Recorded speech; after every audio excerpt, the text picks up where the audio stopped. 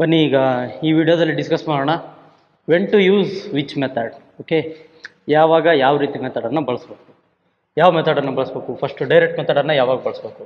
Direct ಮೆಥಡನ್ನು ಬಳಸಬೇಕಂದ್ರೆ first ಏನು, to use direct method F I and X I should be small. Okay, F I and X I should be small. Okay, F I X I ಚಿಕ್ಕದಾಗಿತ್ತಂದ್ರೆ ಏನು ಮಾಡ್ತೀವಿ, direct ಮೆಥಡನ್ನು ಬಳಸ್ತೀವಿ. Okay, next when to use deviation method. We have to use deviation method when F I and X I are bigger than expected are causing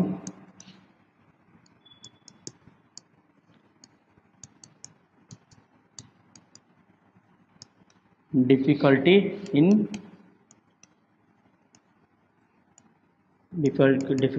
calculation. Okay, ಕ್ಯಾಲ್ಕುಲೇಷನಲ್ಲಿ difficulty ಮಾಡ್ತಾ ಇದ್ದರೆ. ಮತ್ತು ಇನ್ನೊಂದು ಹೆಚ್ ಅಂದ್ರೇನು, ನಮ್ಮ ಕ್ಲಾಸ್ ಸೈಜ್ ಇದೆ ಅರ್ಧ, ಏನು ಕ್ಲಾಸ್ ಸೈಜ್ ಇರುತ್ತೆ ಅಲ್ವಾ, class size is unequal. H is unequal. Okay, H is unequal. ಹೆಚ್ಚು ಅನ್ಈಕ್ವಲ್ ಇತ್ತಂದರೆ, ಓಕೆ, ಎಲ್ಲ ಕಡೆ same interval, class interval same ಇರದೇ ಇದ್ದಾಗ ನಾವೇನು ಬಳಸ್ತೀವಿ, ಈ ಡಿವಿಯೇಷನ್ ಮೆಥಡನ್ನು ಬಳಸ್ತೀವಿ. ಓಕೆ, ನಾವು step deviation method. Step deviation method ಯಾವಾಗ ಯೂಸ್ ಮಾಡಬೇಕು, F I and X I are very large. Okay, very large and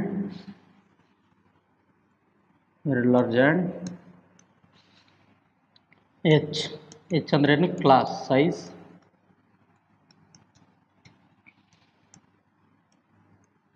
class size must be equal.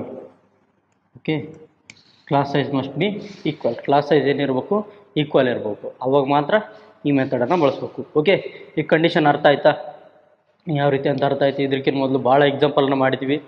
Okay, ಈಗ ಕೆಲವೊಂದು ಕಂಡೀಷನ್ ಕೂಡ ಇವೆ. ಯಾವುದಕ್ಕೆ, ಈ ಸ್ಟೆಪ್ ಡಿವಿಯೇಷನ್ಗೆ ಇಲ್ಲಿದೆ ನೋಡಿ. ಸಿಂಪಲಾಗಿ ಒಂದು ಸಲ ಓದ್ಬಿಟ್ರಾಯ್ತು. The step deviation method will be convenient to apply if all the D I's have the common factor. Okay, ಎಲ್ಲ ಡಿ ಐ ಏನಿರಬೇಕು, ಕಾಮನ್ ಫ್ಯಾಕ್ಟರ್ ಇರಬೇಕಿದೆ. ಕಾಮನ್ ಫ್ಯಾಕ್ಟರ್ ಇದ್ದರೆ ಮಾತ್ರ ಏನಾಗುತ್ತೆ, ಅಪ್ಲೈ ಮಾಡೋದಕ್ಕೆ ಈಸಿ ಆಗುತ್ತೆ. ಸರಿನಾ. Next, the mean obtained by all the three methods is same. Okay, ಮತ್ತು ಈ ಮೂರು ಮೆಥಡಿಂದ ಏನು ಮೀನ್ ಬರುತ್ತೆ ಅಲ್ವಾ, ಅದೇನಿರುತ್ತೆ, ಸೇಮ್ ಇರುತ್ತೆ. ಇದನ್ನು ತಿಳ್ಕೊಳ್ಳಿ.